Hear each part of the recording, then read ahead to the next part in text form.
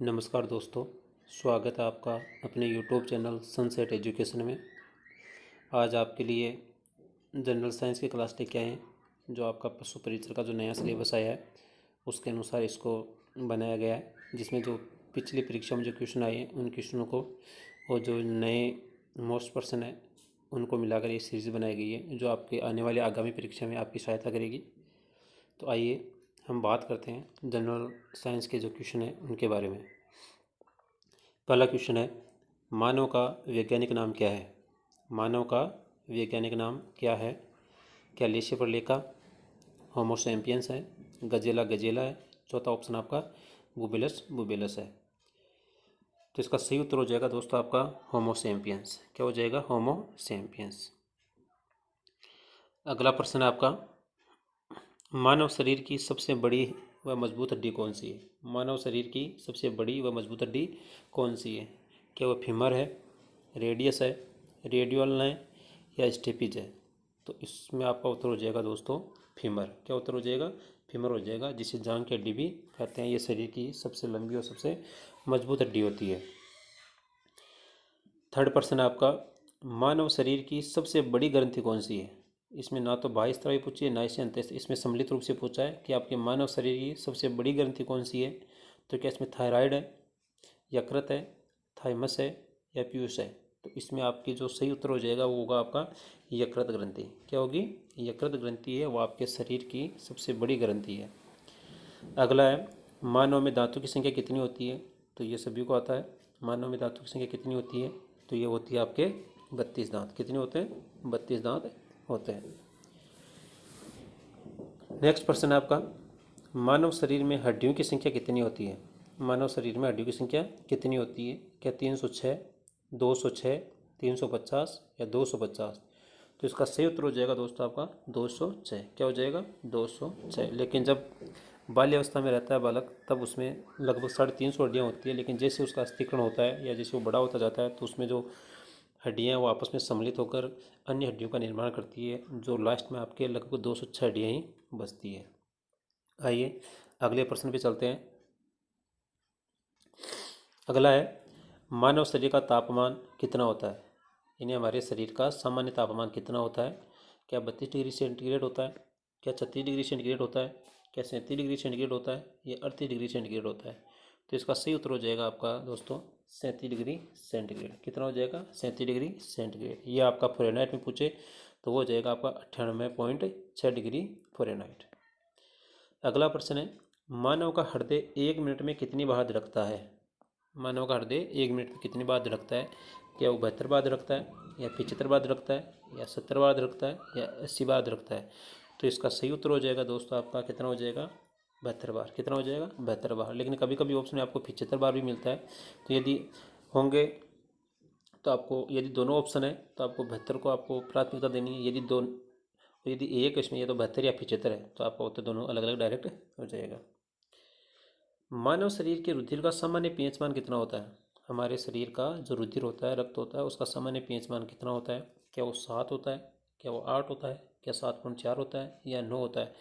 तो इसका सही उत्तर हो जाएगा दोस्तों आपका जो मानव शरीर का पीएच मान है वो 7.4 होता है, यानी हल्का क्षारीय होता है। अगला प्रश्न है, मास्टर ग्रंथि किसे कहते हैं? मास्टर ग्रंथि किसे कहते हैं या मास्टर ग्लैंड किसे कहते हैं? तो क्या थाइमस ग्रंथि को कहते हैं, थायराइड ग्रंथि को कहते हैं, पीयूष ग्रंथि को कहते हैं या पीनियल ग्रंथि को कहते हैं? तो सही उत्तर हो जाएगा इसका दोस्तों पीयूष ग्रंथि। क्या हो जाएगा? पीयूष ग्रंथि। अगले प्रश्न पे चलते हैं। उत्सर्जन तंत्र, उत्सर्जन तंत्र की क्रियात्मक इकाई कौन सी है? उत्सर्जन तंत्र की क्रियात्मक इकाई कौन सी है? क्या वो कूपिका है, क्या नेफ्रॉन है, क्या तंत्रिकाक्ष है या इसमें कोई नहीं है? तो इसका सही उत्तर हो जाएगा दोस्तों आपका नेफ्रॉन। क्या हो जाएगा? नेफ्रॉन हो जाएगा। नेफ्रॉन वो आपकी क्या होती है? उत्सर्जन तंत्र की क्रियात्मक इकाई होती है। अगला है, मानव की सामान्य श्वसन दर कितनी होती है? मनुष्य है वो 1 मिनट में कितनी बार श्वसन क्रिया करता है? तो क्या वो 10 से 12 बार करता है, क्या 16 से 18 बार करता है, 20 से 22 बार करता है या 7 से 8 बार करता है? तो सही उत्तर हो जाएगा इसका लगभग दोस्तों 16 से 18 बार आप प्रति मिनट क्या करते हैं, आपकी श्वसन दर होती है। अगला है, फेफड़ों की क्रियात्मक इकाई कौन सी है? क्या कोशिका है, क्या नेफ्रॉन है, या तंत्रिकाक्ष है? इसमें से कोई नहीं है। तो फेफड़ों की जो क्रियात्मक इकाई होती है दोस्तों वो होती है कोशिका। क्या होती है? कोशिका होती है, जो क्या करती है? श्वसन में मुख्य रूप से भाग लेती है। नेफ्रॉन हमारा हो गया। नेफ्रॉन आपकी क्या हो जाएगी? उत्सर्जन तंत्र की क्रियात्मक इकाई हो जाएगी। अगला प्रश्न है, तंत्रिका तंत्र की क्रियात्मक इकाई कौन सी है? अब क्या है? तंत्रिका तंत्र की क्रियात्मक इकाई कौन सी है? तो इसमें सीधा सा उत्तर लग रहा है भाई, आपकी कोशिका क्या हो गई? फेफड़ों की हो गई। नेफ्रॉन आपकी उत्सर्जन तंत्र की होगी। तो बचा क्या लास्ट में? ये तंत्रिकाक्ष बता। क्या बचा? तंत्रिकाक्ष, जिसे हम न्यूरॉन भी कहते हैं।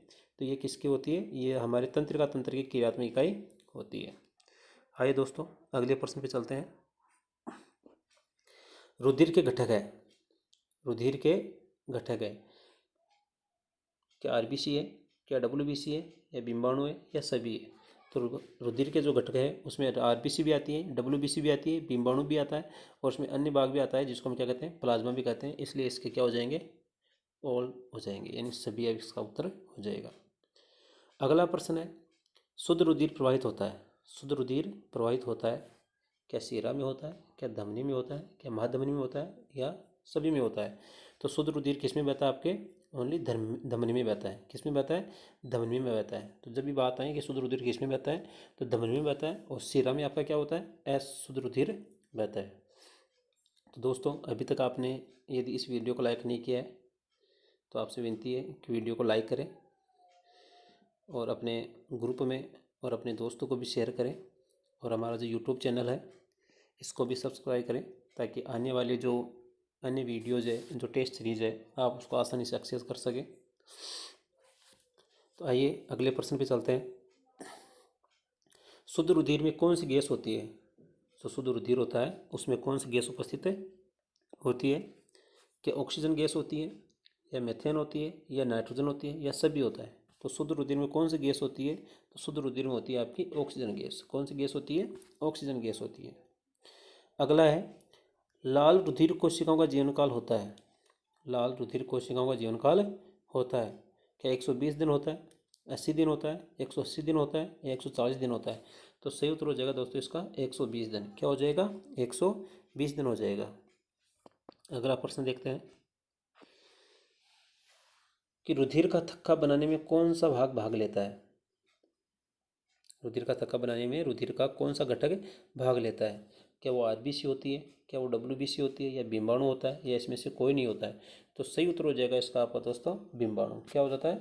बिंबाणु हो जाता है। आरबीसी होती है वो आपके रुधिर को लाल रंग प्रदान करती है, या आपके शरीर में जो ऑक्सीजन है उसका परिवहन करती है। डब्ल्यूबीसी क्या करती है? आपके शरीर के लिए प्रतिरक्षा का निर्माण करती है। और बिंबाणु क्या करता है? आपके रुधिर का थक्का बनाने में भाग लेता है। यदि बिंबाणु की या प्लेटलेट की संख्या कम हो जाती है तो दोस्तों रुधिर का थक्का नहीं बनता है, जिसके कारण चोट लगने से आपके शरीर से अधिक मात्रा में रुधिर निकल सकता है। अगला प्रश्न है, श्वसन के दौरान कौन सी गैस होती है जो शरीर के अंदर लेते हैं? श्वसन के दौरान कौन सी गैस होती है जो हम शरीर के अंदर लेते हैं? तो क्या वो ऑक्सीजन गैस होती है, क्या वो नाइट्रोजन गैस होती है, ऑर्गन गैस होती है, या मेथेन गैस होती है?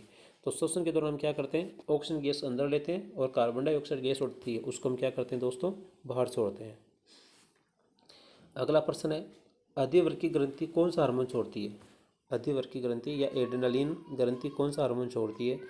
तो क्या थाइमोसिन हार्मोन छोड़ती है, या वृद्धि हार्मोन छोड़ती है, या एड्रेनलिन हार्मोन छोड़ती है, या टेस्टोस्टेरोन हार्मोन छोड़ती है?